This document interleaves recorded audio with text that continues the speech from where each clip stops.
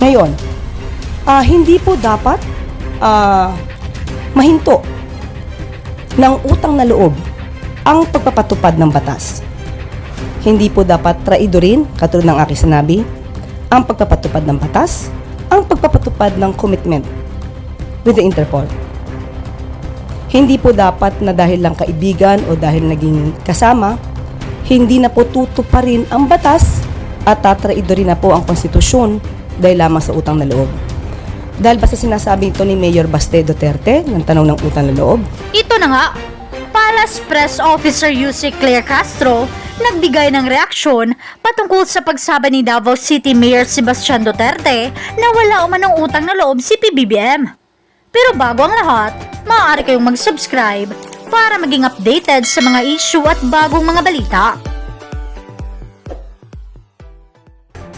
Galit ngang naglabas ng sama ng loob ang anak ni FPRRD na si Davao City Mayor Sebastian Baste Duterte matapos ipadala ng Malacanang ang kanyang ama sa ICC o International Criminal Court. Ani pa ni Baste ay walaan niyang utang na loob si BBM at kinalimutan niyang si FPRRD pa ang nagpalibing sa kanyang ama sa libingan ng mga bayani sa dami na ng nagdaang administrasyon. Narito ang buong detalye. Yusek, Morning! the spread of misinformation became rampant, and no less than the First Lady has been a victim of fake news. What are the steps being taken by the Palace or PCO to combat misinformation? Yes, it's very obvious that more fake news are lingering. Maybe because of the present situation regarding the arrest of former President Duterte. We are taking steps like what we had last week. We had this live discussion with the concerned authorities to answer all those issues that had been raised by some people from the mainstream and also from the social media. So with this kind of projects that we have with the PCOO, like the press briefing and the live discussion, I think people will have this chance to know what is fake news and what is not. I understand NBI is making a plan of action as well as the PNP to run after fake news peddlers. Kayo po sa PCO, nakikipag-ugnayan ba kayo sa mga agency na to? Opo, makikipag-ugnayan po tayo, lalong-lalo na po talagang dumarami po ang fake news para po malihis ang katotohanan. Kitang-kita po ninyo, kahit po mismo si ES, dating ES Medialdea, nakita po natin kung paano po ba niya nabanggit na nawawala ang dating Pangulong Duterte na yun po ay pinasinungalingan mismo ng ICC. So yung mga ganun pong mga irresponsabling mga pananalita ay dapat pong ang tao ay magmasid, mag-isip at matuto pang mag-evaluate para po hindi po nagugulo ang ating isipan at damdamin. Pero naniniwala po ba kayo it's about time na may masampulan dun sa mga nagpapakalat ng fake news? Pinag-aaralan po natin yan. Follow up to the same question. No. Eden Santos, Net 25. Good morning po, Yusek. Kumusta na po si dating Pangulong Duterte? Minomonitor din po ba ng administrasyon yung kanyang sitwasyon sa The Hague at yung kanyang medical condition? Kasi po nung humarap siya sa ICC, parang medyo kakaiba yung boses niya. Ang sabi po ni Senator Bongo ay parang hindi yata binibigay yung kanyang gamot. Yan po ay kanyang opinion lamang ni Senator Bongo. Unang-una wala po siya doon sa lugar. At nadinig po mismo natin sa ICC kay Judge Mutok na ang Pangulo po, ang dating Pangulo po, ay yun sa mga doktor na tumingin sa kanya ay nasa magandang kondisyon po. Mentally aware, mentally fit. At patuloy po rin na chinecheck ang kanyang kondisyon. So, kung meron po mga ganitong klaseng mga haka-haka, muli, katulad ng sinabi ni Senator ni Senator Bongo, dapat siguro ay kanya munang alamin. Alamin ang katotohanan dito bago po magbigay ng baka hindi nabibigay ang kanyang mga gamot.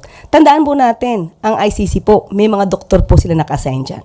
Ngayon, kung araw-araw po natin i-monitor, uli sasabihin natin, wala po kasing jurisdiction na ang Pilipinas kasi po ang dating Pangulong Duterte ay nasa kustodiya na po ng ICC. So sila na po talaga ang magbibigay ng maagarang pag-check up or mag-undergo po ang Pangulong Duterte sa check-up po na ibibigay po ng ICC. Pero kung mayroon pong hihilingin, of course, ang dating Pangulong Duterte, maliban po sa kanya, kahit po yung mga victims ng EJK, sila rin po ay bibigyan po ng kaukulang tulong kung kakayanin po ito. At kung ito naman po ay hindi po palalabag ng anumang batas natin. Speaking of EJK po, nabanggit po ninyo, may mga lumalabas din po sa social media na ginagamit yung mga pictures ng mga namatay na sinasabing biktima ng EJK, hindi naman po pala biktima ng EJK kagaya nung kay Aling Sheila na lumabas po sa SOCMED. Ang anak niya ay namatay under this administration kay Pangulong Marcos. Yun pong yung sa isang doktor, yung father niya, sabi po EJK, hindi naman po pala EJK. Ano po ng government dito kung inaano din po natin itong mga fake news na ito? Opo. Pwede po ba din nating aksyonan yung mga ganong na sinasama po sila dun sa kaso against former President Duterte, pero in fact hindi naman po pala totoo yung mga yon. Siguro sa dami-dami po ng fake news na lumalabas ngayon, makakatulong po ang media. Lalo na po ang mainstream media. Tayo na po ang magsabi kung alam niyo po na peke ito. Kayo na po mag-fact check. Kayo din po ay pinaniniwalaan dahil may kredibilidad din po kayo. So kung ano po yung lumalabas na fake news, magtulungan po tayo para sa bayan po ito. Dapat din po nating ipaalam sa taong bayan na lahat ng lumalabas ng mga fake news na ganyan ay dapat na maputol. So hindi lamang po para si EJK, pati po yung mga fake news na lumalabas pabor kay dating Pangulong Duterte, sana po ay bigyan din po ng pansin ng media. At sana po din po, sa tulong din po ng mainstream media at ng social media, maipakita din po natin kung ano po talaga yung kalagayan ng mga biktima, ng pamilya ng mga biktima ng EJK. Hindi lamang po tayo tutuon kay dating Pangulong Duterte dahil po ang mga biktima po ng EJK ay Filipino rin po.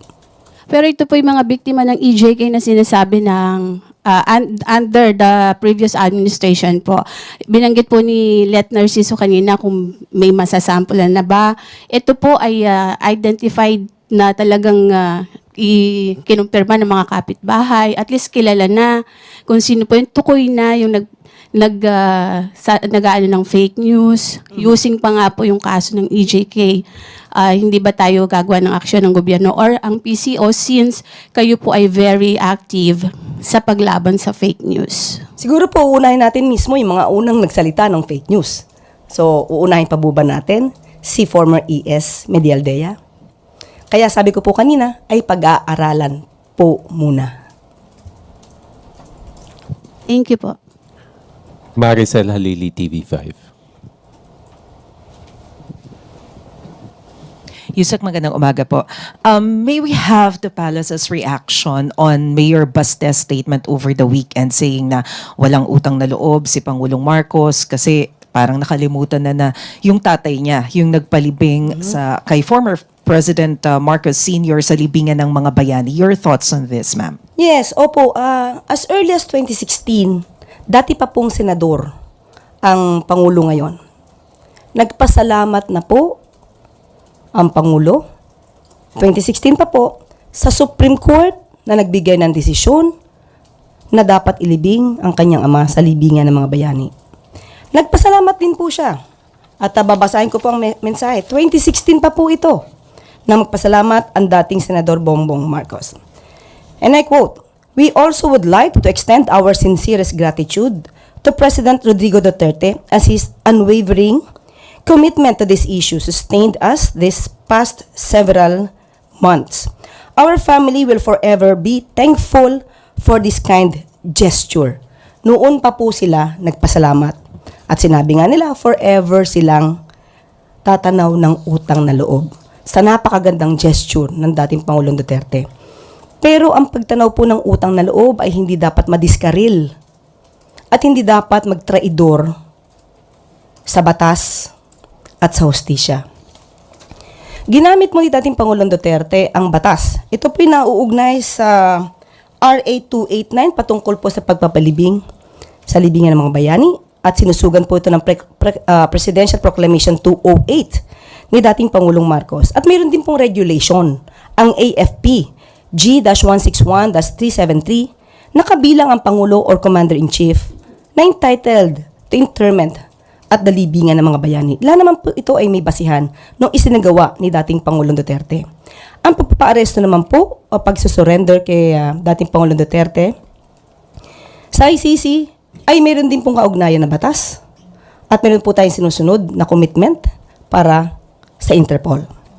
Ngayon, hindi po dapat mahinto ng utang na loob ang pagpapatupad ng batas. Hindi po dapat traidorin, katulad ng aking sinabi, ang pagpapatupad ng batas, ang pagpapatupad ng commitment with the Interpol. Hindi po dapat na dahil lang kaibigan o dahil naging kasama, hindi na po tutuparin ang batas at tatraidorin na po ang konstitusyon dahil lamang sa utang na loob.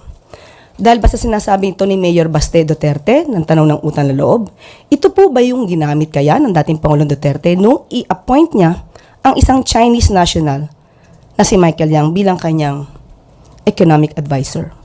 Hindi po ba ito pagtataksil? Dahil isang Chinese national ang in-appoint bilang economic advisor. Dahil din po ba ito sa utang na loob? Tanong lang po yan. Ma'am, is Malacanang or hindi po ba concern ng Malacanang with what's happening in Davao considering the huge support that Davao is giving to the former president? Ang mga taga Davao po ay Pilipino rin. Of course, tayo lang po, pati po ang palasyo, ang Pangulo, ay concern po sa nangyayari sa Davao. Pero ang tangi lamang po nating hiling ay sana po ay maging mahinahon at alamin po ang katotohanan. Yun lamang po, hindi po ba nagkaroon ng pagsasabi itong si Mayor Baste na sila daw ay i-raid yung kanilang bahay. Again, ito po ay walang katotohanan. Tinanong po natin si General Torre patungkol dyan kung mayroon pong operasyon ng pag-raid sa bahay. Kasi yun po yung sasabi nila palagi. Can we consider this as fake news? Can be. Uunahin ba natin sila idemanda dahil nagpakalat ng ganito? Pag-aaralan. Pero, nung sinabi po ni General Torre na walang ganong operasyon, hindi po ba ang sinagawa nilang pagsasabi na may pagre-raid ay nakagulo sa isipan ng mga taga Davao City? Sana po, yung mga kababayan po natin, lahat po tayo dito ay Pilipino. Magmasid lang po muna tayo. Yun lang po ang tanging hiling natin. Okay? Sige. Ivan Mayrina, GMA News. Related question, ma'am. Yes, po. At what point does the government draw the line between free speech and inciting to some, maybe rebellion or sedition or overthrow of government? Yes. Kasi ho, may mga words were uttered in those many gatherings over the weekend. Minura po ang Pangulo, may mga maanghang na salita. At what point does the government draw the line? As we can say, the President is not onion-skinned. Okay? Usually po, hindi po siya nadadala ng ganyan. Pero, kapag ka po, nandun na po yung elemento ng inciting to sedition, which is,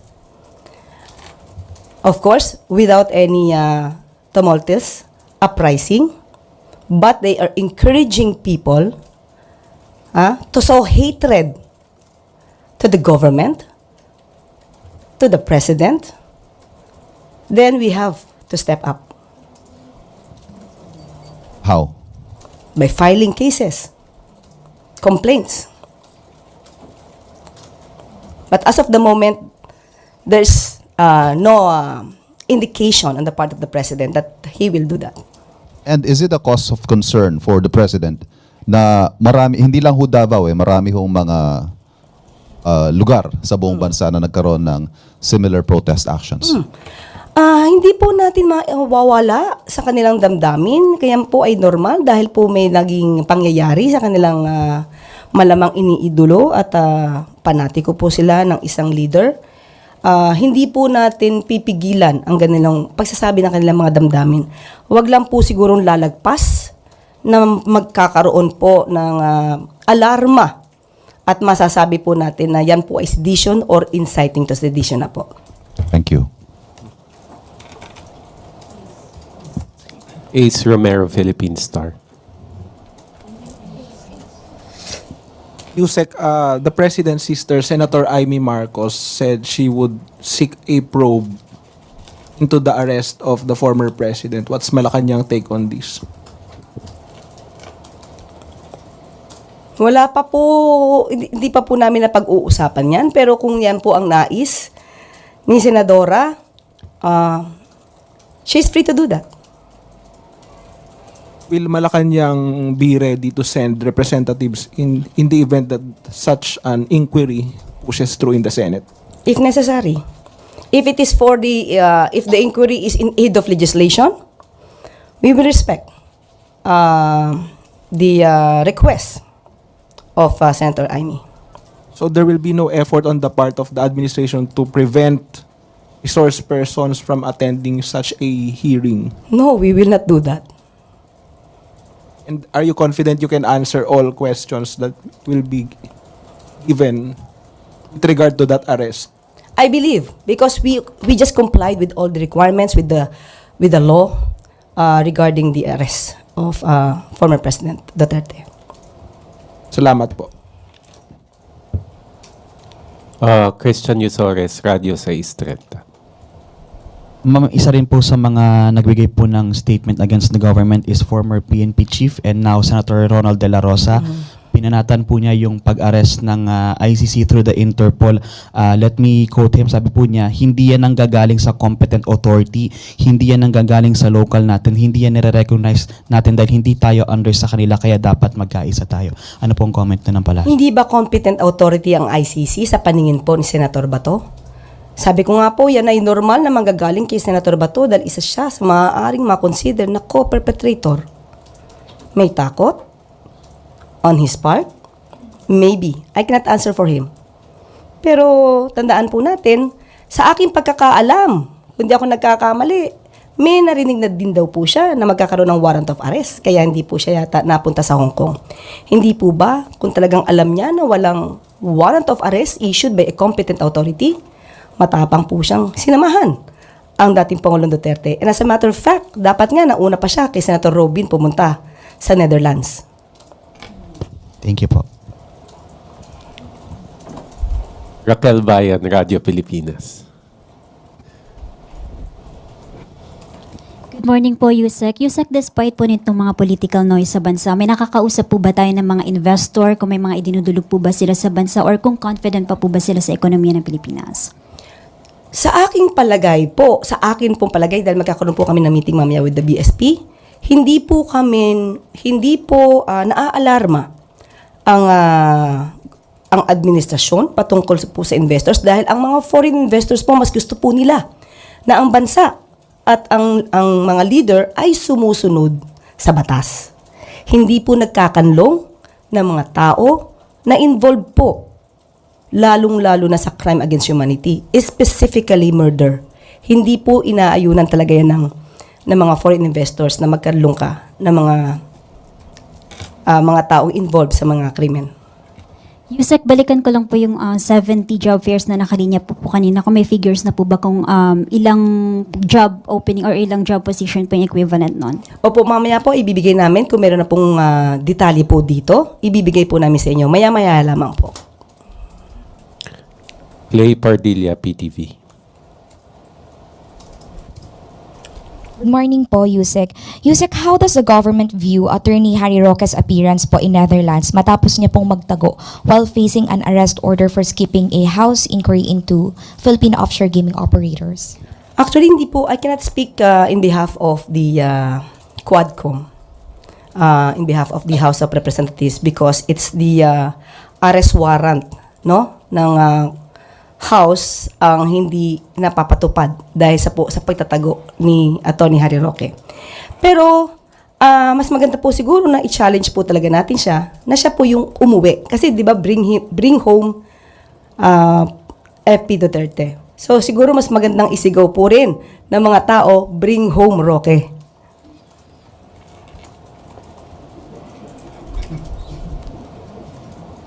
Nel Maribojoc, UNTV.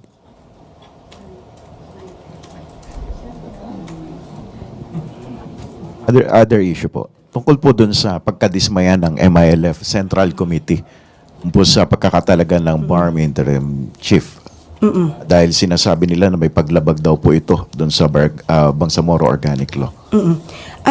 Sinabi naman po nung mga tao na umattend po doon sa MILF Consultative Assembly na meron pong prerogative ang Pangulo na mag-appoint po ng interim chief minister.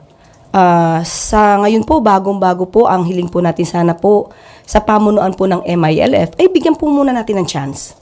Kapag ka po hindi naging maayos ang magiging pamumuno po ng bagong na-appoint na ICM, maaari po nating pag-usapan muli ito para po sa ikagaganda po, no? Ng nasabi po nga Bangsamoro. Hindi po ba And nababahala? MILF. Opo, hindi po ba nababahala ang palasyo na maaaring makompromiso yung peace agreement dahil po dito? Hindi naman po, dahil sa maganda pong pag-uusap yan. Sabi nga po natin na since may prerogative po ang Pangulo na mag-appoint, bigyan lang po natin ng chance. Kapag ka po merong hindi naging magandang pangyayari, then that's the time na the President will make an immediate action. Thank you po. Eden Santos, Net 25. Yusek, yun pong pagkaka-aresto ni dating Pangulong Duterte, tatlo po sa alyansa senatorial candidates ang medyo dismayado po. Hindi po ba ito makakaapekto sa target ng admin na 12-0 sa 2025 midterm elections po? Paano po bang naging dismayado? May sinabi po ba silang dismayado sila sa pagkaka-aresto kay dating Pangulong Duterte? Meron po ba in particular? May statement po si dating Senator Manny Villar, and hindi po dumalo. Dating Senator Manny Villar? Apo. Hindi naman po siya tumatakbo. Hindi po. Yung kanilang partido ay ka-alyansa po ng admin. Si senatorial candidate Camille Villar, si senatorial candidate Pia Cayetano, and senatorial candidate Amy Marcos po ay hindi dumalo sa last campaign sa Tacloban, sa Leyte po, dahil dun sa hindi po hindi nila nagustuhan yung or nalungkot sila dun sa pagkaka-aresto kay PRRD. Kung nalungkot po sila, hindi po natin saklaw ang kanilang damdamin. Isipin na lamang po nila, malapit na po ang eleksyon. Ito ba'y makaka-apekto sa mga boto ng tao? Di ko po alam kung namamangka sila sa dalawang ilog at hayaan na lamang po nila.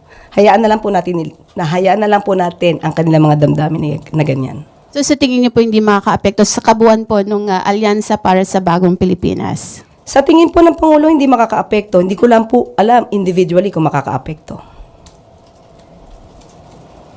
Sam Medinilla, Business Mirror. Good morning, ma'am. Ma'am, itatanong ko lang po kung ano po yung topic ng pag-uusapan later ng BSP with President Marcos po kung sakali. Wala pa po kaming agenda. Pasensya lang po. Meron lang po kami schedule na with the meeting with the BSP. Tapos, going po dun sa question ko, yung na-report po recently na foreign debt climbs to record 137.63 billion. Last year po, yung debt to GDP ratio raw ng Pilipinas medyo slightly higher compared dun sa target na 6.6%. Ang natala po 60.7%. For this year po ba, confident pa rin po ba ang Marcos administration na marireach po natin yung target natin na debt to GDP ratio for this year po? Of course, lagi po tayo dapat na positive. Ganun po. Despite po dun sa mga economic issues at geopolitical developments na nangyayari po? Hindi po kasi dapat nating isipin yung negatibo eh. Dapat lagi tayong mag-move forward para sa positive na mangyayari sa Pilipinas. Sige po. Thank you po. Last two questions. Christian Nel Salazar, RMN.